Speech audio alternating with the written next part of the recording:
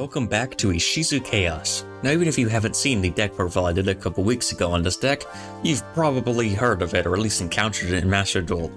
Even if it's not the best deck in the format, it's one of the most toxic and one of the most explosive. And I'm sure it did pretty well in the recent Duelist Cup, as Konami actually hit it a few times on the recent ban list they just revealed. And there were 3 changes in total, one of which was actually a buff.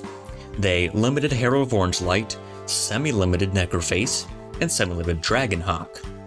Now, the limiting of Orange Light definitely hurts the deck a lot, makes it much more vulnerable to D-Shifter and other hand traps, and makes it worse going second. The semi-limit of Necroface makes the mill FTK much harder to pull off and much more sort of RNG based. You need something like a card destruction in hand to even possibly do it. And the Dragonhawk 2/2 is a neat little buff. It doesn't make a huge difference, but it's nice. Now, to just quickly go over my deck list, as I have made quite a few changes from my prior one, even though most of them were actually just over the course of a couple weeks of improving the deck rather than the ban list changes, because they didn't really kill the deck, they more just tapped it on the shoulder. I'm of course playing triple Maxi, especially now that the mill FTK is very dead.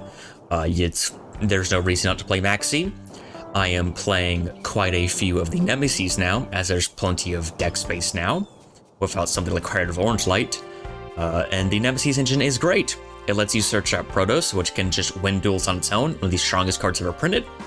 Nemesis Flag is a great level 2 extender for Elf. It lets you just search Protoss. It's a nice attribute for Protoss. It's just a great card.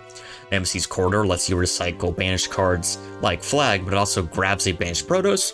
It's a level 4 and it's a Thunder to make Colossus with. Great card overall. I'm playing a much heavier Chaos engine as I've cut Left Arm Offering. I feel like Left Arm Offering is just obvious, easy Ash bait. I've lost too many duels from getting this hand trapped or negated and just losing on the spot. And I feel like the deck is self-functioning enough, it doesn't need grass. It's just a nice win button you can sometimes draw. You can play Left Arm Offering if you want, I just don't like it. Instead, I'm playing triple Chaos Space, as well as a much heavier Chaos package of Collapse Serpent, Wyvern Buster, Chaos Creator, and Chaos Valkyria. Collapse Serpent and Wyvern Buster are great extenders, they're level 4, they're amazing, they're nice light and darks, they're just solid. Chaos Valkyria has always been here, but it's great, you can send Snow off it for the next turn, it's a nice extender, it's a fairy, it's solid. Chaos Creator is amazing, lets you recycle banished cards, and is a nice Thunder extender, it's a level 8, very strong. I'm playing Shinobi Necro, as especially without as many copies of Orange Light, you want as many level 2 tuners in the grave as you can get. I'm still playing 2 Necroface. I feel like it's a good enough engine card that it's worth playing even without the mill FTK, as triggering like Thunder Dragons or getting more fuel for Chaos Creator or the Nemesis is still very good. You can even snipe Garnets out of the opponent's deck if they're playing something like Rika. It's just a strong card overall. You can cut it, but I do quite like it. It also makes the Lure of Darkness much more powerful. I'm playing triple Snow because for some reason Konami didn't hit this at all. You're still allowed to play 3, which is stupid. I'm playing all the standard ISHIZUs because these didn't get hit at all. Playing 2 Diviner, especially with Orange Light to 1, I feel like playing 2 of this is more justified now. It's a great normal summon, but you don't want too many normal summons, and there's plenty of ways to get this Yaman, so I think 2 is comfortable. You can play 3 if you want more level 2 tuners. I am playing the standard Thunder Dragon engine of 2 Dragonhawk. Now I'm playing 2 Dragonhawk to see if it's good. I feel like it's probably better than just 1, because sometimes you want to keep one in rotation, and if you banished, say, all your Roars and 1 Dragonhawk, you kind of lost access to Colossus easily, so having 2 is nice. Triple Dragon Roar, the standard P.U.N.K engine, playing card destruction still, it's a nice way to recycle your hand and mill cards, and you can even pull off a deck out with this. Gold Sark is a nice way to trigger the Thunder Dragons and maybe Necroface. Allure is a nice way to draw cards. Grass is grass, it's amazing, it lets you mill 20.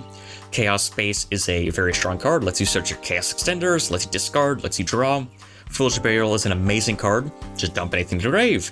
Itali, amazing, gets you to Xiamen, called by of course. The extra deck is identical because really nothing in the core engine got hit that hard, and my build wasn't really focused to the male FTK anyways, so I just felt no need to change.